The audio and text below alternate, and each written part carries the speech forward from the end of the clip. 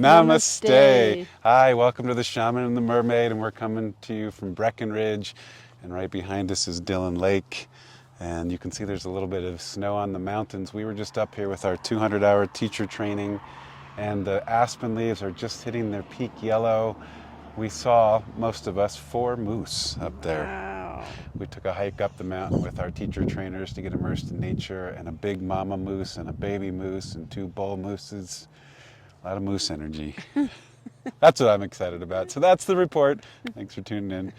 No, this is your Shaman the Mermaid astrology report for September 29th all the way through October 28th. And we have 2 eclipses happening this time.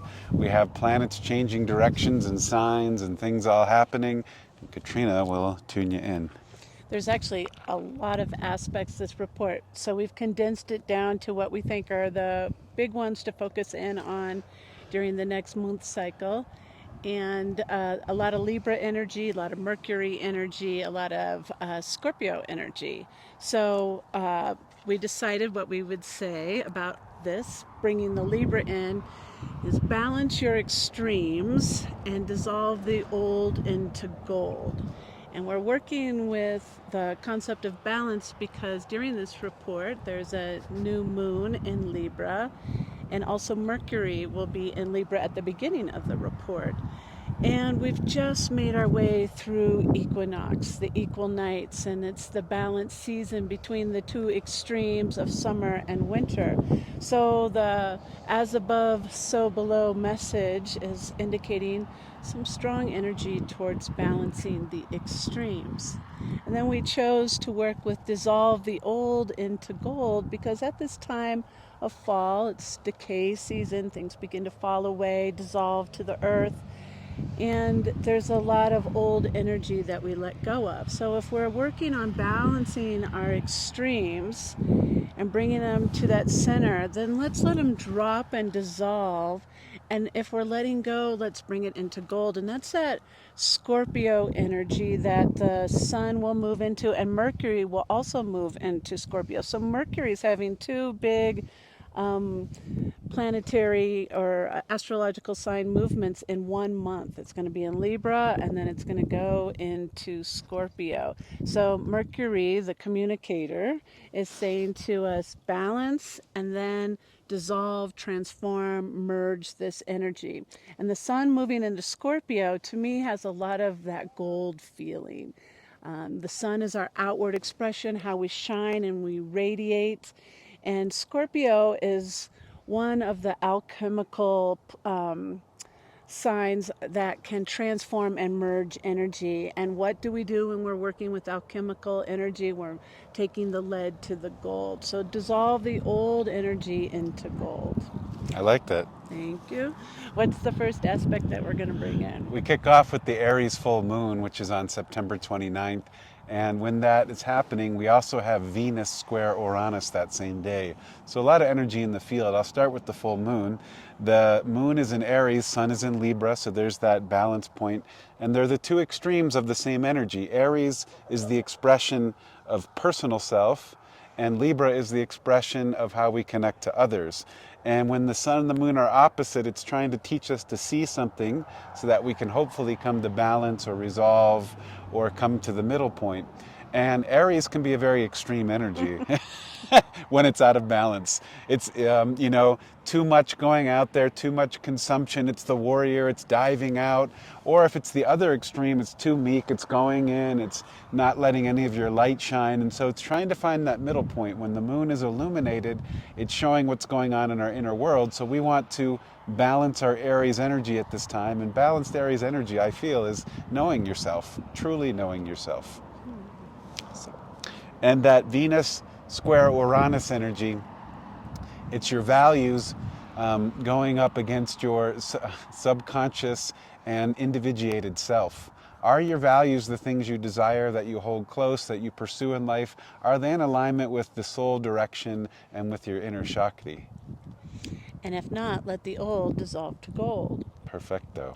The next big aspect that we want to bring in is, as I already mentioned, Mercury moving into the sign of Libra, and that's coming up on October 4th. So at the beginning of the month, Mercury goes into the sign of balance. And as Michael alluded, Libra is about relationship with other. Aries is the individual figuring out themselves. And then when we cross that transpersonal line, we move into Libra, and Libra says, okay, now that you figured yourself out, hopefully, start to work on balancing relationship with other. So Mercury, the big communicator, is asking us to start working on that communication with other, bringing balance into the extremes that sometimes can pop up when in relationship with other. And it's not just romantic relationship that we're talking about, although that's a big part of it. A lot of it is also relationship with family, co-workers, business partners, anybody that, or anything really, including earth or animals, that there might be some disharmony. Work on bringing balance into that situation. Nice. Thanks. Our next big aspect is Pluto direct. Ah, I think that's pretty exciting. Pluto has been retrograde all summer long and actually back into the springtime. And this direct is a powerful one. Pluto was in the sign of Aquarius. First time it had been there in 248 years since 1776.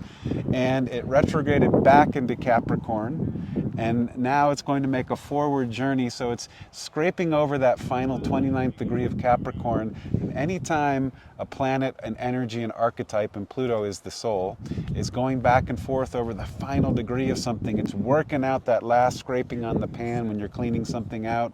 And so the soul is seeking to resolve and heal Capricorn energy. We've gone backwards through it, and now we're going forward. So maybe this can be going forward through the energy of, I've found my willpower and determination. I put my staff on the ground. I know who I am, and I'm going to seek the gold inside the heart. that's a good Zoop. interpretation to bring in last month's report too. Yeah, A little zoop we in there threaded too. together. So, anytime Pluto's doing anything is a thing, because it takes Pluto a long time to do anything. So moving into that direct is, that slow momentum forward, and will be a slow change. It's not a quick change like Mercury making 2 changes in 1 month. So I'm also excited about Pluto direct, because Pluto's our soul, and it's like forward march. And I feel like that is in alignment with that dissolve the old, that scraping those last bits of the Capricorn degree and moving forward into like the new soul self and bring that gold forward. So that's a big one. And that one is on The 10th the of October. 10th of October. Then we have the new moon. And it also happens to be an eclipse. I want to speak to that. This is the first eclipse in the new sign of the nodes. This year, the moon's nodes, which is the eclipse points, moved into Aries and Libra. So this is the new axis of evolution. And the south node is on Libra, the things we need to purify, heal, resolve, and grow. So we need to heal, resolve, and grow things around relationship, balance, cooperation, community, using diplomatic discourse to heal things as opposed to pugnacious ways. Or self-centered. Or self-centered. And this is an annular solar eclipse. It'll be visible here in the United States if you're there.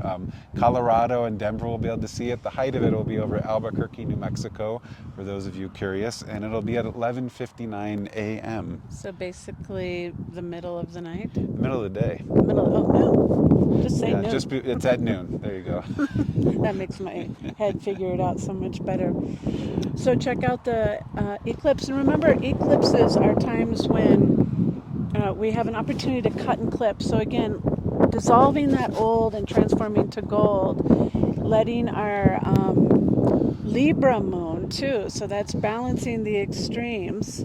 And on that new moon, so we also can set intention. Powerful time for sankalpa or ceremony, intention setting, and bringing in what it is that we'd like our soul self to be moving towards, that is the most gold port of ourself.